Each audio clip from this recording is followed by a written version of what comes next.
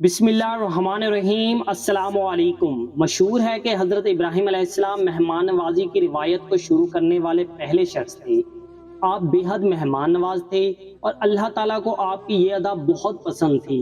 रिवायत में है कि आप तब तक खाना तनावुल ना करते जब तक कि किसी मेहमान को अपने साथ खाने में शरीक ना कर लेते।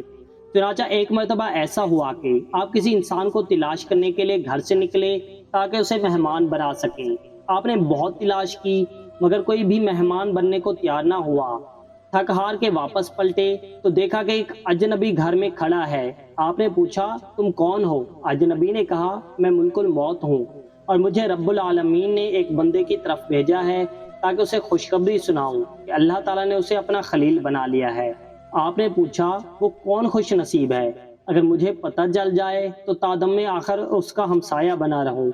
मुल्कुल मौत ने कहा, वो खुशकिस्मत तो आप ही हैं और ये इस वजह से है कि बिला इम्तियाज और तफरीक आपकी अताओं के दरवाजे लोगों के लिए खुले हैं।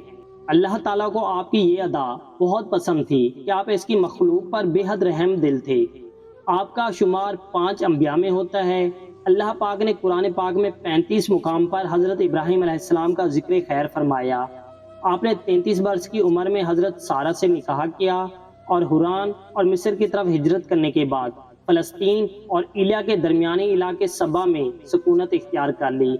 वहां आपने एक कुआं खोदा और मस्जिद बनाई। लोगों के बेजा सताने और अज़ियतें पहुंचाने की वजह से आपने वहां से भी हिजरत फरमाई और रिमला और इलिया के दरमियानी इलाके में सुकूनत इख्तियार की। वहां भी आपने एक कुआं खोदा। कुतुब तवारीख में आपके बेशुमार फ़ज़ाइल बयान हुए हैं। अलगर्ज आप सबसे पहले थे जिन्होंने खतना किया, मेहमान नवाजी की रिवायत कायम की, सुरीद बनाया, बाकायदा शलवार पहनी और आप ही पहले शख्स हैं जिसने बुढ़ापा देखा। आपने हजरत सारा अलैहिस्सलाम की वफात के बाद 2 अरब औरतों से निकाह किया। एक का नाम कतूरा था और उससे आपके 6 लड़के पैदा हुए। दूसरी का नाम मजूर था और इसके वतन से 5 लड़के पैदा हुए। तारीख तिबरी में मुसन्नफ इमाम इब्न जरीर तिबरी लिखते हैं कि अल्लाह ताला ने जब हज़रत इब्राहीम अलैहिस्सलाम की रूह निकालने का इरादा फरमाया तो एक बूढ़े आदमी की शक्ल में मौत के फरिश्ते को भेजा। सदी से मरवी है कि एक रोज आप लोगों में खाना तकसीम फरमा रहे थे कि एक बूढ़ा चलता हुआ आया। वो बूढ़ा इस कदर ज़ईफ था कि उसके लिए चलना मुश्किल था। आपकी नज़र उस पर पड़ी तो अजराहे हमदर्दी उसकी तरफ गधा भेजा ताकि वो इस पर सवार होकर आ जाए। बूढ़ा आपके पास पहुंचा तो आपने इसके सामने खाना पेश किया, मगर यहाँ एक अजीब वाकया रूनुमा हुआ। वो बूढ़ा आदमी जब मुंह में लुकमा डालने के लिए हाथ उठाता तो बाएं से जोफ हाथ चूक जाता और लुकमा मुंह के बजाय कभी नाक पर लगता और कभी कान पर। हत्ता कि अगर वो बामुश्किल एक लुकमा मुंह में डालने में कामयाब हो जाता तो वो शर्मगाह के रास्ते से बाहर निकल आता। इस बूढ़े की बेबसी पर हजरत इब्राहीम अलैहिस्सलाम को बेहद तरस आया। आखिर आपने उस बूढ़े से ये पूछा, ऐ शख्स, ये तुम क्या कर रहे हो? उसने जवाब दिया, मेरे हाथों पर इख्तियार नहीं रहा। भूख मिटाने को खाता हूँ मगर पेट में कुछ रुकता नहीं, बहुत तकलीफ में हूँ। आपने फिर पूछा, तुम्हारी उम्र क्या है?